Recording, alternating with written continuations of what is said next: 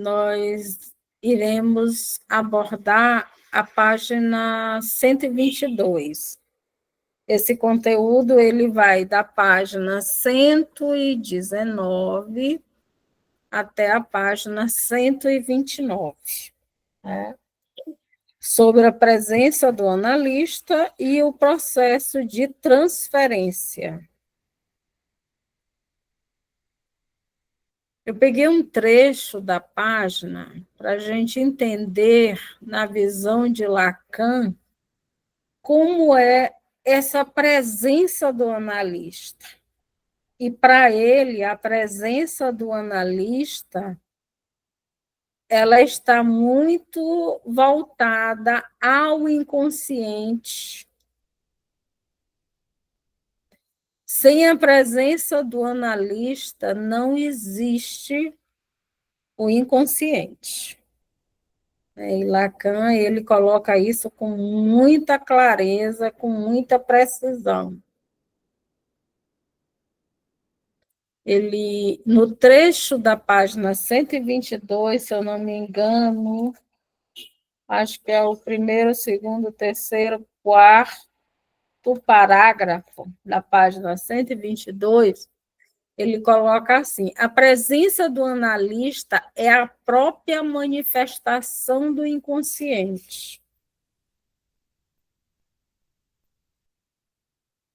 É uma visão puramente lacaniana. E ele coloca, eu vou ler o trecho todo, para que a gente possa entender, e vou explicar por partes cada frase onde Lacan coloca o que é essa presença do analista e o que é essa manifestação do nosso inconsciente.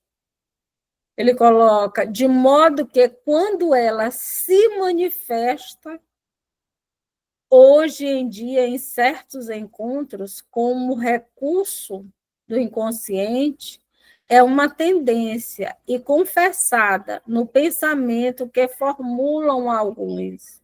Isso mesmo deve ser integrado no conceito de inconsciente.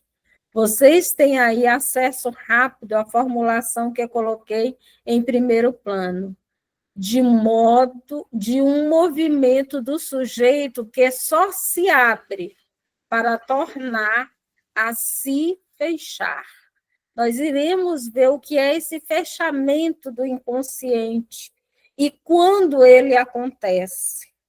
Tá? É muito interessante as colocações de Lacan sobre essa questão, né? Por que ele não usa a palavra abrir e ele usa a palavra fechar? Ele coloca abre para se tornar a se fechar. Como é que esse processo se dá? É muito interessante. Vamos ver o que é essa manifestação do inconsciente. O que é que Lacan quer nos dizer aqui sobre essa manifestação? Que o analista não está fora do campo do inconsciente. Na verdade, a sua presença dentro do set analítico é um operador do inconsciente. O analista representa o lugar do sujeito suposto saber. Ou seja, é no analista que o sujeito deposita o saber inconsciente de si mesmo. Assim, a presença do analista ela é estrutural, ela faz com que o inconsciente apareça, ele fale, ele se manifeste. Sem a presença do analista, não acontece o processo da análise e nem a abertura do inconsciente. Então, o analista, ele representa para o analisando o sujeito do suposto saber, Por quê? Porque nesse processo, a gente vai ver mais à frente, está o desejo do analisando. Então, para o analisando, o seu analista ele já sabe quais são os seus desejos. Quando Lacan coloca, quando ela se manifesta hoje em dia em certos encontros como recurso do inconsciente, Lacan está dizendo que há uma tendência contemporânea, inclusive entre os psicanalistas, de rejeitar ou negar o inconsciente, mesmo sendo na clínica. Em alguns encontros analíticos modernos, o analista está presente, mas a sua presença em si não opera mais como suporte do inconsciente. Como? É como se o analista estivesse ali, mas rejeitando o campo do inconsciente, preferindo explicações racionais, comportamentais e técnicas. Eu diria até que o analista, se ele der respostas precisas e diretas para o seu analisando, ele vai afastar o analisando e ele vai criar neste analisando um vazio, porque ele vai deixar o seu paciente não construir as suas próprias respostas, não construir através da sua escuta, né? Por que que algo se repete? Por que que esse desejo ele é repetitivo? Por que que isso volta a acontecer novamente? Então, o analista ele tem que ter muito cuidado no campo da transferência, da sua presença, e que essa presença ela seja autêntica, no sentido de abrir e saber fechar, né? O inconsciente sem, né, dar explicações racionais. Quais seriam essas explicações racionais? Uma paciente pode chegar e perguntar: por que meus relacionamentos sempre acontecem traição? Por que eu sempre escolho o mesmo tipo de homem? Se eu disser imediatamente pela sua baixa autoestima, aí o paciente abre e o psicanalista fecha, né? Quando ele coloca aqui, como se o analista estivesse ali, mas rejeitando o campo do inconsciente, né? Preferindo explicações racionais. E nós não podemos fazer isso em momento algum. E Lacan ele é muito preciso em nos chamar a atenção sobre a nossa presença dentro do sete analítico. Tá? Isso mesmo deve ser integrado no conceito do inconsciente. Né? Lacan, ele aqui, ele propõe algo sutil, mas muito profundo. Né? O inconsciente, ele não acumula com a sua recusa, ele atua exclusivamente na recusa. Isso lembra o famoso axioma freudiano, né? O inconsciente se manifesta justamente quando tentamos recalcá-lo. É bem complexo. mas é isso que Lacan coloca, né? Essa questão do inconsciente. Deve se adentrar com sutileza, mas com profundidade, tá? Sem causar um fechamento brusco, mas sim uma transferência no sentido que vai muito além do amor e dos afetos, mas onde o próprio paciente vem a construir, através da sua escuta, o que ele realmente precisa de descobrir sobre ele mesmo.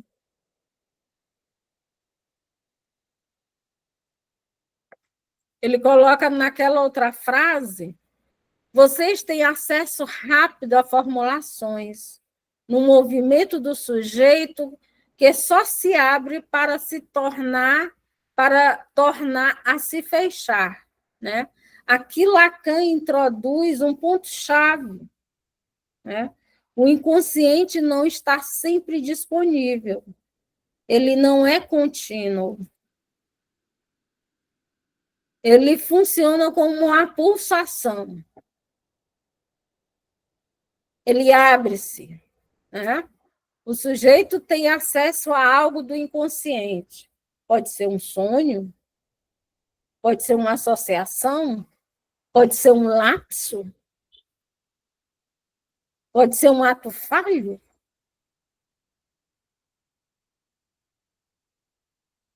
Ele fecha-se, o acesso se interrompe. O sujeito recua, silencia, recalca. Isso funciona como uma pulsação temporal, rítmica, né? De abertura e de fechamento do inconsciente.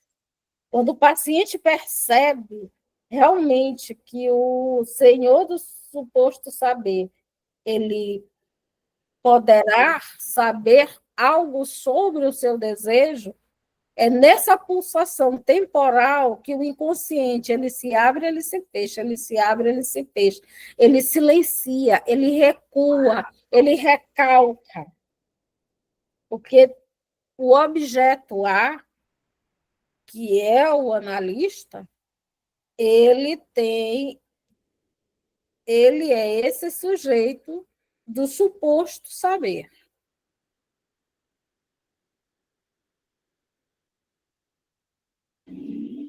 A pulsação que marca como mais radical do que a interseção dos significantes. O que significa isso? Né? A entrada do sujeito no mundo simbólico, a linguagem, o significante. Isso é fundamental para Lacan.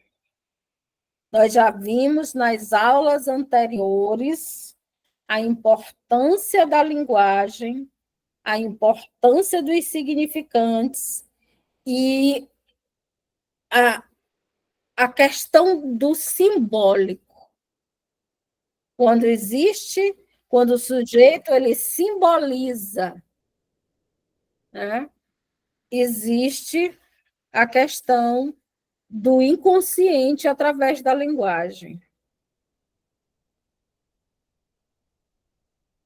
Aqui ele vai falar sobre algo que ainda é mais radical ainda, né? O funcionamento do inconsciente depende apenas da cadeia de significantes, mas de uma temporalidade própria, que faz com que o sujeito se abre, se feche ao saber inconsciente. Ou seja, o tempo do inconsciente é mais radical do que simplesmente colocar significantes em ordem. O inconsciente ele não vem com uma cronologia, mas ele vem como uma pulsão, como uma respiração, como um movimento. Ele não vem com uma história colocada, iniciada, desenvolvida e finalizada. Mas ele é dentro de uma temporalidade, eu dizia até atemporal.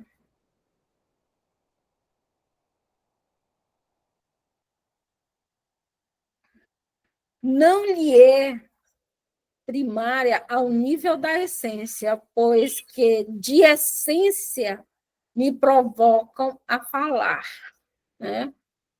Aqui a palavra essência, ironicamente colocada por Lacan, ele normalmente evita esse tipo de linguagem filosófica. O provocar aqui, né? A essência do sujeito do inconsciente não está apenas na linguagem, mas na nossa pulsação temporal, aparecimento e desaparecimento, o ato, o recuo da presença e da ausência. É algo muito representativo, ao mesmo tempo provocativo, e o inconsciente ele tem esse movimento, essa dinâmica muito grande, muito forte. Né? Ela aparece, ela desaparece, ela atua, ela recua, ela tem presença, ela tem ausência, então é uma dinâmica. E nessa dinâmica, a gente tem que ter uma escuta clínica para que a gente saiba com quem estamos conversando naquele momento e qual seria esse desejo oculto que está presente no nosso paciente.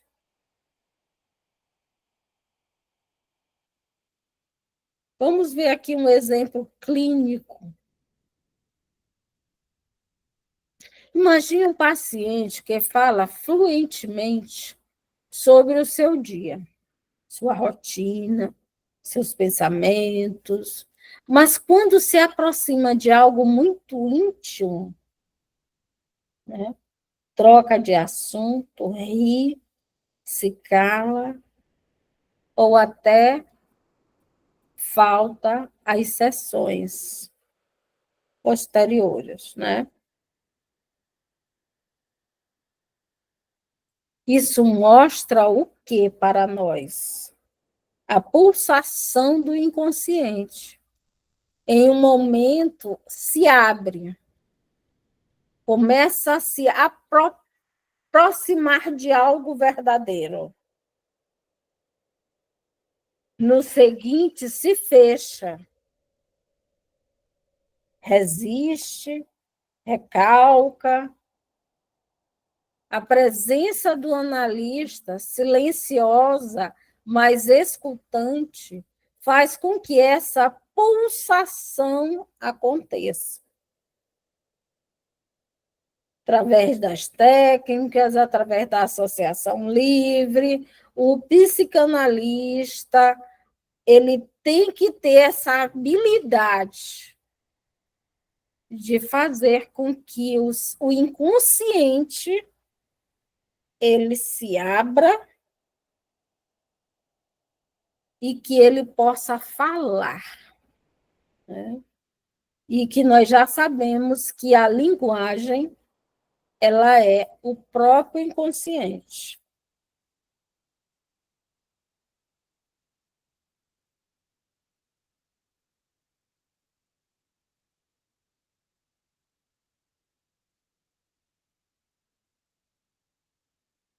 O inconsciente é a soma dos efeitos.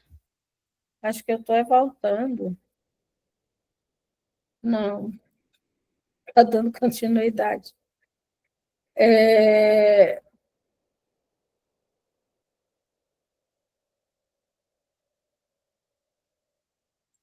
Só voltando aqui, gente.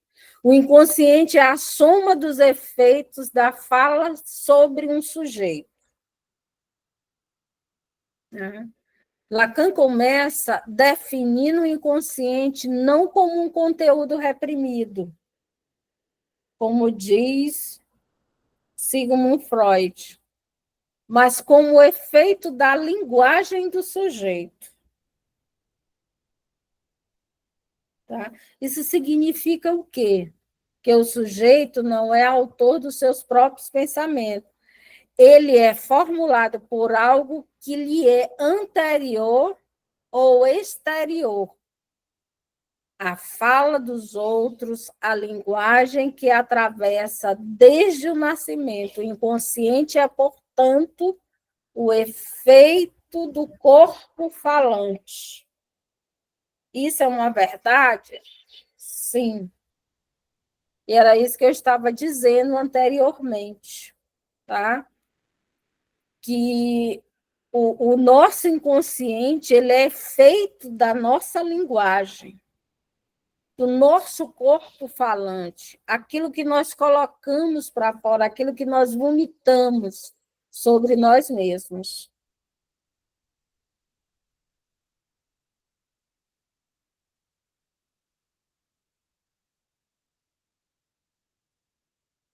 Então, quais seriam os efeitos desse inconsciente? Né? Qual seria essa constituição desses significantes, dessa linguagem? Né? Aqui Lacan ele reforça o sujeito que ele não é um eu estável, mas uma função simbólica. Ele emerge dos significantes que o representam. Por exemplo, quando os pais nomeiam um bebê chamando de Pedro, eles colocam um significante no lugar do sujeito. E esse nome, essa linguagem, os desejos, as falas que o cerca, formam esse sujeito, antes mesmo que ele tenha consciência daquilo que ele é. Então, por quê? Porque ele foi nomeado, ele foi colocado significantes. Então, nós somos sujeitos da linguagem, que muitas vezes essa linguagem não é nossa, mas ela nos cerca, né? Ela está nos formando enquanto sujeito. E essa formação é que criam-se as nossas neuroses, ou as nossas perversões, ou as nossas psicoses. Por que não dizer psicose?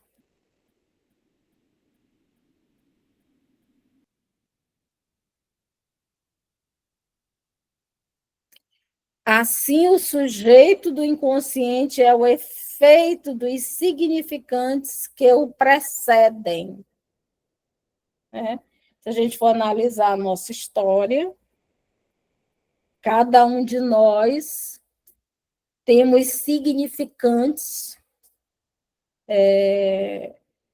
que nos precede antes mesmo do nosso nascimento.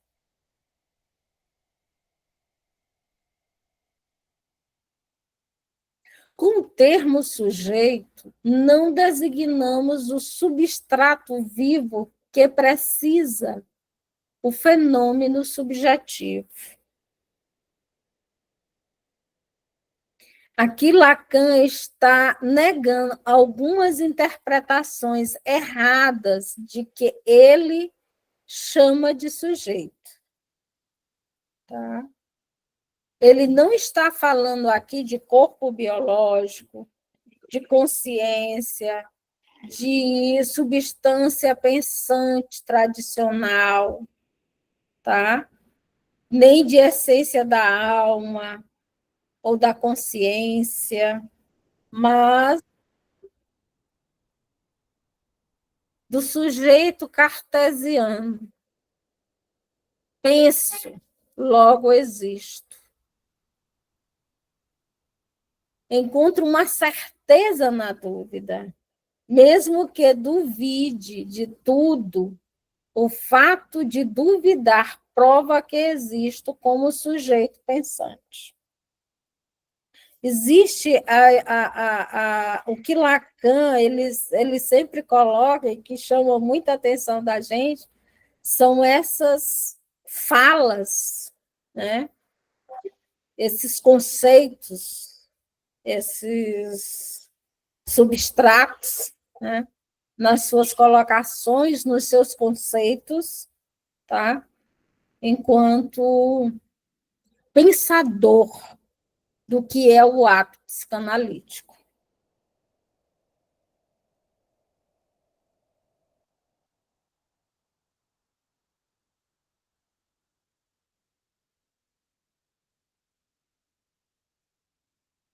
Como é que o sujeito lacaniano ele se revela, né?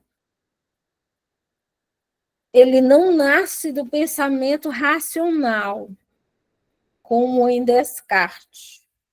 Ele nasce da fala do outro, do desejo do outro, dos significantes que o representam no inconsciente. Né? Quando a criança nasce, ela é nomeada Pedro. Por que Pedro? Qual o significante que o pai e a mãe entendem da palavra Pedro? Né? Ou seja, mais complexo do que simplesmente pensar e existir. Está muito além disso. Tá? Por isso que ele coloca que não é só uma questão filosófica ou biológica, mas ela é subjetiva, é dos significantes, é da fala do outro, é do desejo do outro, é do objeto A, é dos significantes que representam esse inconsciente, essa complexidade. Quem eu sou?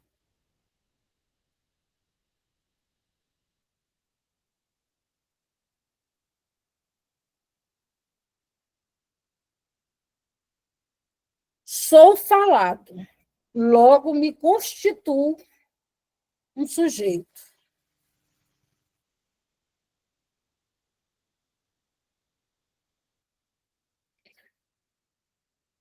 Como nós não somos algo definido, nós não somos sólidos, nós estamos em construção. O sujeito do inconsciente,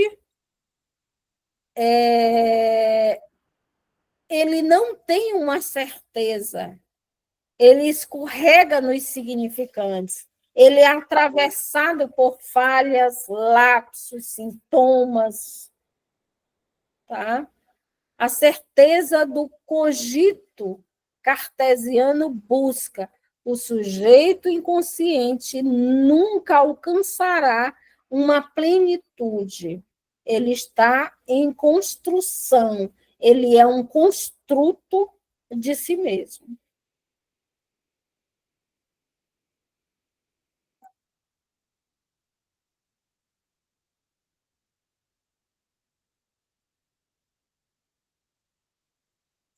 Isto é o inconsciente.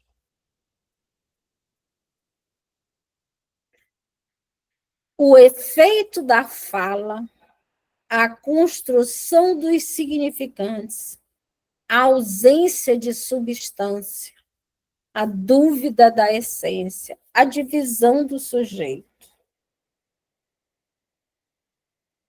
É o que define o inconsciente. Este, sim, é o inconsciente para Lacan.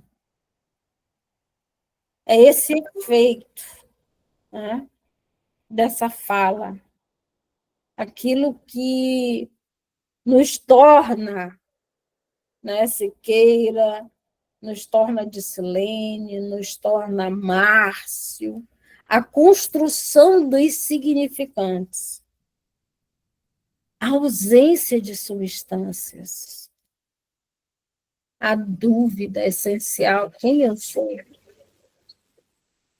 Essa divisão do sujeito, isso sim define o que é inconsciente.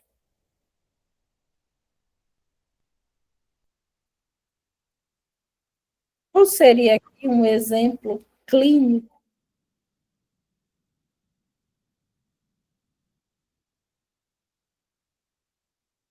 Não sei por que sempre repito esse erro.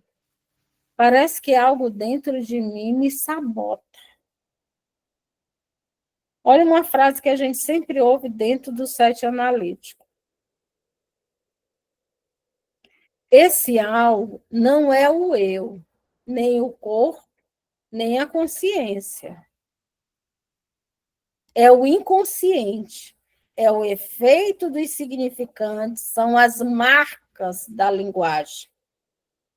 Desejos não ditos, discursos herdados, que organizam a sua vida sem que ela perceba diretamente aquilo que está em volta de si e por que que você mesmo se sabota. É sobre o efeito dos significantes ou sobre as marcas dessa linguagem.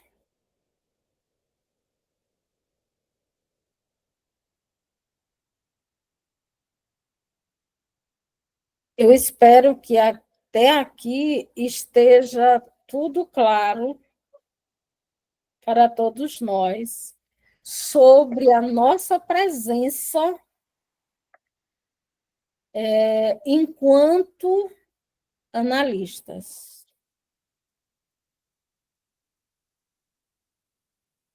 Olha os perigos e a centralidade na psicanálise.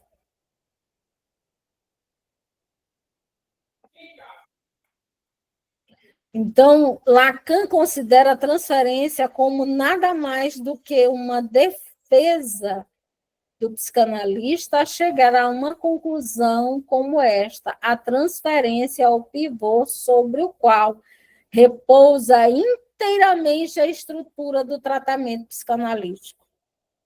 E eu concordo com ele, né? Que é aquele diálogo único entre analista e analisando. Vai se construindo, né? Novos significantes, vai se reelaborando o sujeito.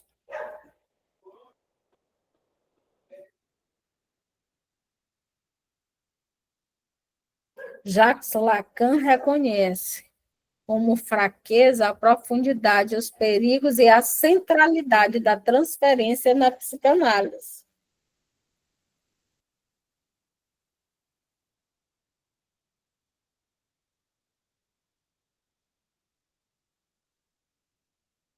Uma pergunta interessante que Lacan ele nos provoca. E se a transferência não for só um fenômeno do analisando, mas uma defesa inconsciente do analista? Isso significa que talvez o analista se refugie na transferência como se ela explicasse tudo.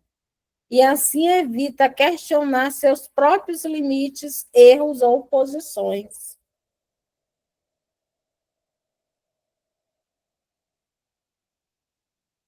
Olha aqui o que é a transferência.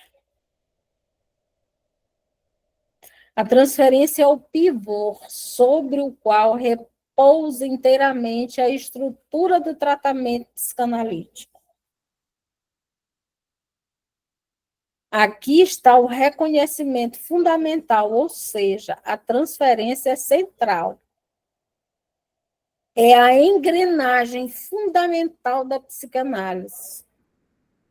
É através dela que o inconsciente se manifesta. que os conflitos se reeditam e que o tratamento se dá.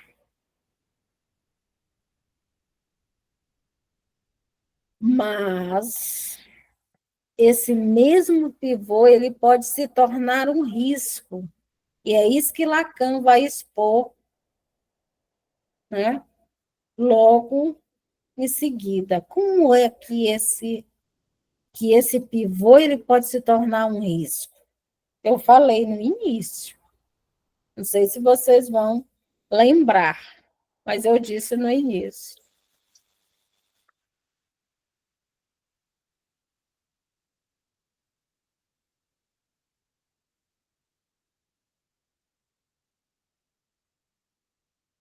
Olha aqui o que a transferência é essencial, mas às vezes ela escapa ao domínio técnico absoluto, né?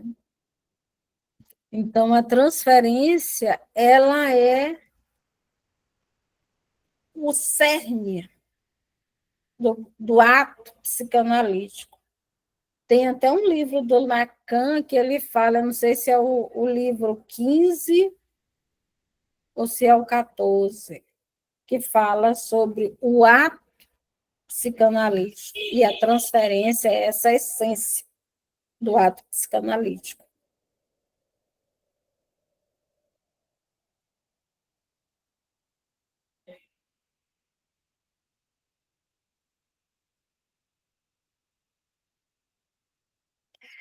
A transferência pode abrir caminhos para erros, para o abuso, para a distorção na prática analítica. E isso pode acontecer de fato? Pode sim. Eu fiz até umas anotações aqui que depois eu vou colocar para vocês. Tá? Eu fiz todas as anotações possíveis e imaginárias. Não sei se deu para vocês verem, né? Vamos ver.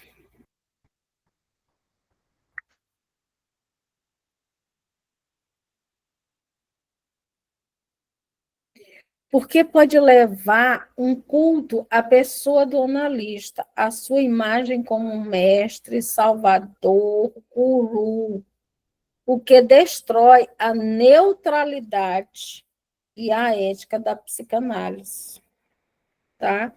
E Lacan, ele diz que a psicanálise é ética.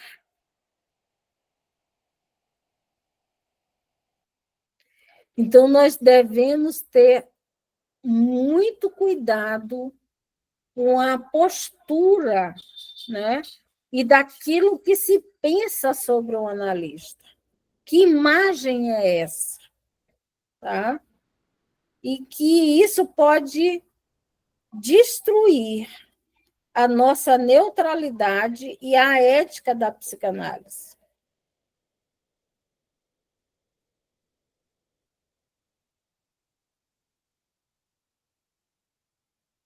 O analisando sob o efeito da transferência pode ver o analista como alguém todo-poderoso, inquestionável, alguém acima da crítica ou da realidade. E se o próprio analista acredita nisso, ele também se coloca fora da realidade, fora dos limites e fora da ética. Tá? Nós não somos esse sujeito do suposto saber.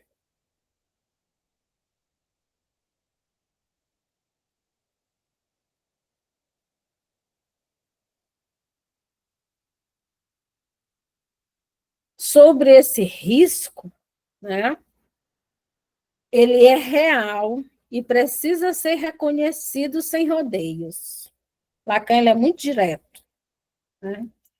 Não adianta negar, evitar ou disfarçar. A transferência pode corromper a análise se o analista não estiver atento, Porque o analista, se ele não estiver atento, ele pode ser até manipulado pelo seu analisando. Ele pode confundir o amor transferencial por um amor erotizado. Isso são os riscos, né, que podem acontecer dentro de uma relação analista analisando.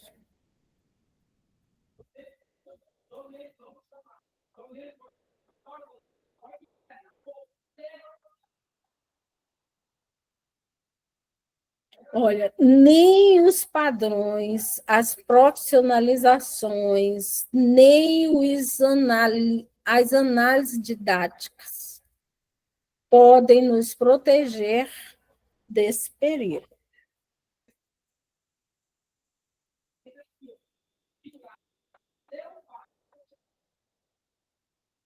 Ter formação, título, supervisão, currículo impecável, nada disso garante proteção contra os riscos transferenciais, tá? Porque o perigo é estrutural. Está na própria dinâmica do desejo do inconsciente. E não pode ser administrado só por regras externas. Tá? Não é aqui a nossa formação, nosso currículo que vai nos proteger de uma contratransferência, né? Porque o desejo, ele está aqui, ele é latente, ele é presente, ele está em todo o processo da análise. Então, ele precisa, o psicanalista, o analista, ele precisa estar atento, né, a esse momento transferencial de onde acontece a dinâmica do desejo do objeto A, que Lacan tanto nos coloca.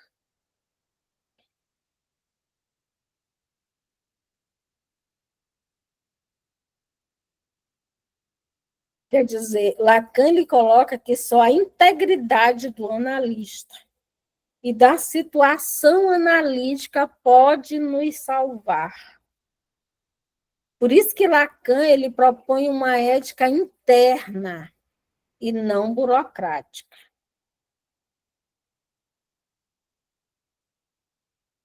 E o que é que realmente protege o processo da análise?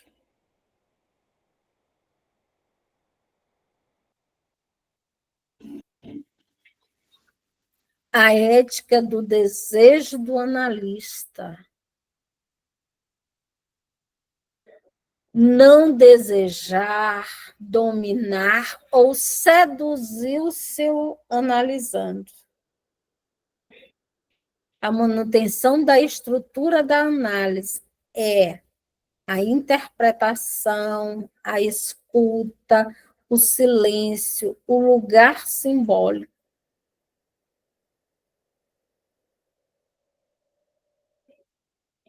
A fidelidade ao inconsciente e à função analista.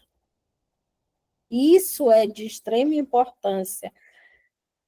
Devemos o tempo todo lembrar qual é a nossa função analítica.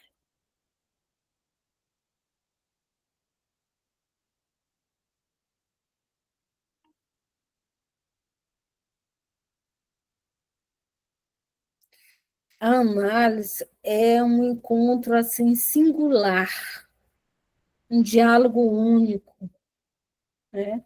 Em que o inconsciente do sujeito ele fala.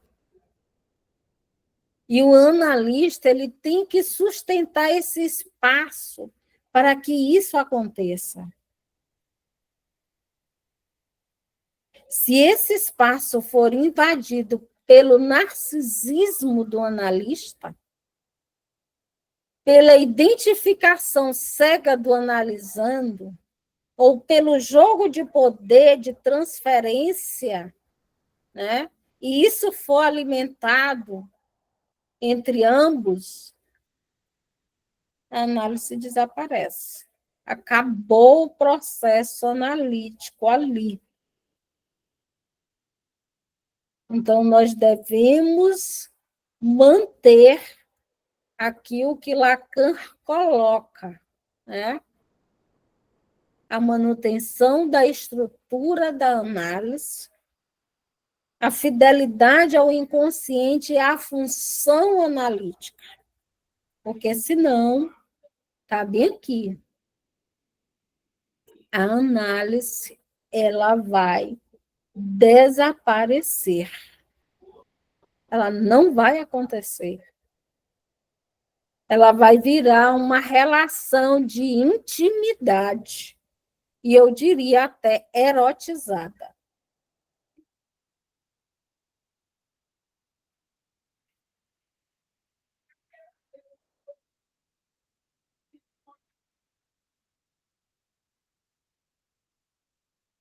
Um exemplo clínico. O paciente começa a ver o analista como um pai perfeito, o único que vai lhe entender. Se o analista não interpreta isso como transferência, mas começa a gostar deste lugar de identificação, a análise pode ser desviada.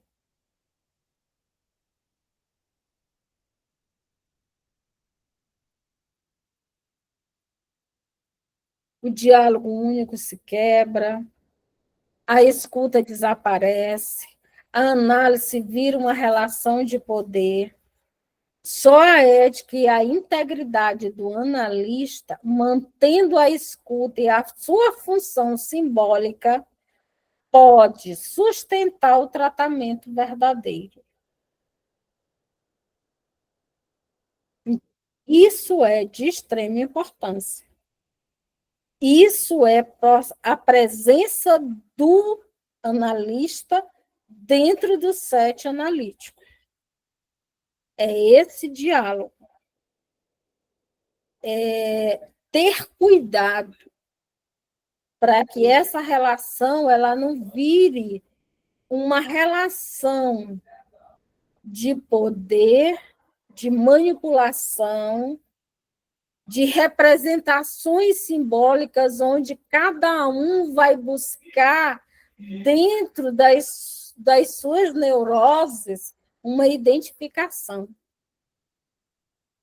O analista aqui, ele não está fazendo as suas análises. Né? Nós sabemos que nós precisamos, além de fazer as nossas análises pessoais, fazermos as nossas supervisões.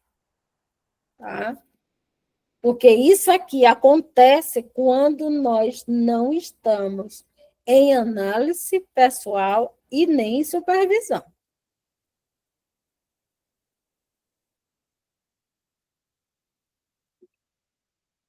Na página 128, Lacan fala sobre a transferência, né? E sobre a estrutura do desejo. Só que eu não coloquei as explicações aqui, não. Aqui eu já vou fechar com a minha imagem. Mas eu gostaria, antes de dar os 10 minutos que o Márcio me pediu, colocar que a transferência ela envolve, né, a estrutura do desejo. Dentro dessa estrutura do desejo, Lacan ele coloca uma distinção muito importante. A transferência não se explica apenas pelo amor ou pela repetição. Esses elementos, eles estão presentes? Estão. Eles fazem parte do processo analítico? Fazem, mas eles não são a essência. Tá? Mas não tocam o que possa fundir as maneiras radicais. Tá? O que realmente causa transferência é o objeto A. O objeto A, o que é o objeto A? Né? É o resto, é o ponto de falha, é aquilo que escapa na relação com o outro. Por isso que o sujeito vai para o set analítico. É o que encarna a causa do desejo. Então, o que realmente causa transferência é o objeto A. E o objeto A são as faltas,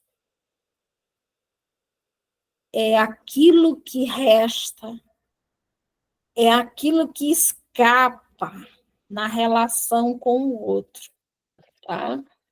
Então, isso é o que Lacan ele nos coloca.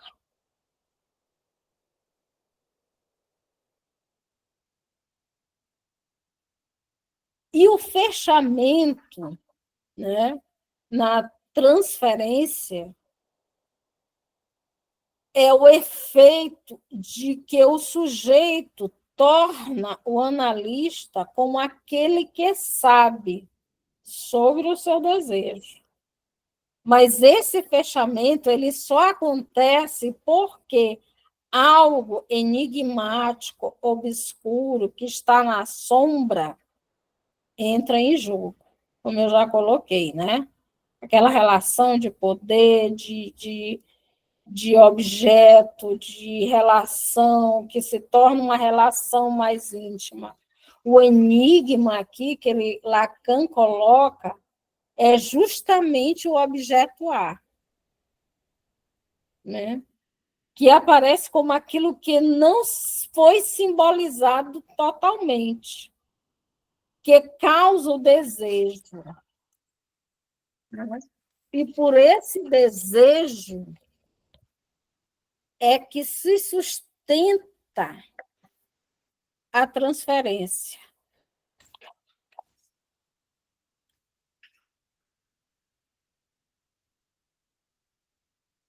Então, o Lacan ele fala até do ponto de interrogação e da parte da sombra que reserva, né? Que se refere exclusivamente ao lugar do enigma do desejo. O analisando coloca o analista nesse lugar da sombra, esperando que ele saiba o que falta nele. O que está faltando em mim? Né? É você quem vai me dizer. Né? O analisando, ele coloca no analista, né? Esse lugar de sombra, esperando que ele saiba o que falta nele, enquanto analisando. O analista, investido como aquele que supostamente detém as respostas ao que causa esse desejo. Então, vamos ver essas relações e como essas relações elas acontecem, né? Em termos clínicos, o analista não deve cair na armadilha de respostas, né, a esse amor transferencial. A sua função é sustentar o lugar de causar o desejo, sem preenchê-lo, para que o desejo seja a sua própria falta. Como é que isso se dá? O paciente, através dos seus questionamentos, ele vai construindo, ele vai elaborando, ele vai ressignificando as suas próprias questões, seus próprios questionamentos. E o analista, a função dele é sustentar esse desejo, no sentido que ele aflore, no sentido que ele seja colocado para fora, seja verbalizado através da linguagem. Porque o desejo, ele é a própria falta. E quando esse desejo se torna linguagem, ele se torna interpretado, ele se torna elaborado e ele se torna ressignificado. Tá? Então, esses pontos que Lacan nos coloca como essenciais para que nós tenhamos consciência da nossa função e do nosso lugar.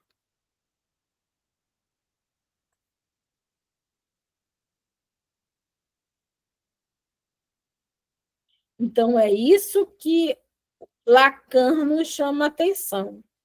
Tá? Para que a gente não vá gerar, no nosso analisando, um fechamento do inconsciente. Mas que esse consciente, né, ele possa ser questionado e reelaborado. Tá?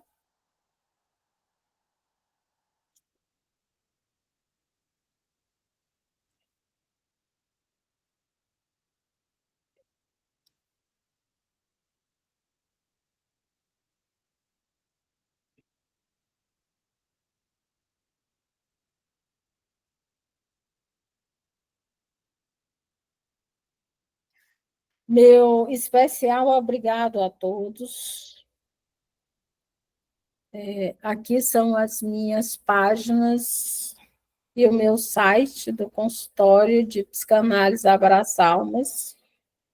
Meu muito obrigado a todos. Espero que tenha sido bem explanado o conteúdo sobre a presença do analista e o processo transferencial na visão de Lacan. Meu muito obrigado. Estou aqui à disposição de todos. Muito legal, viu, Dirce?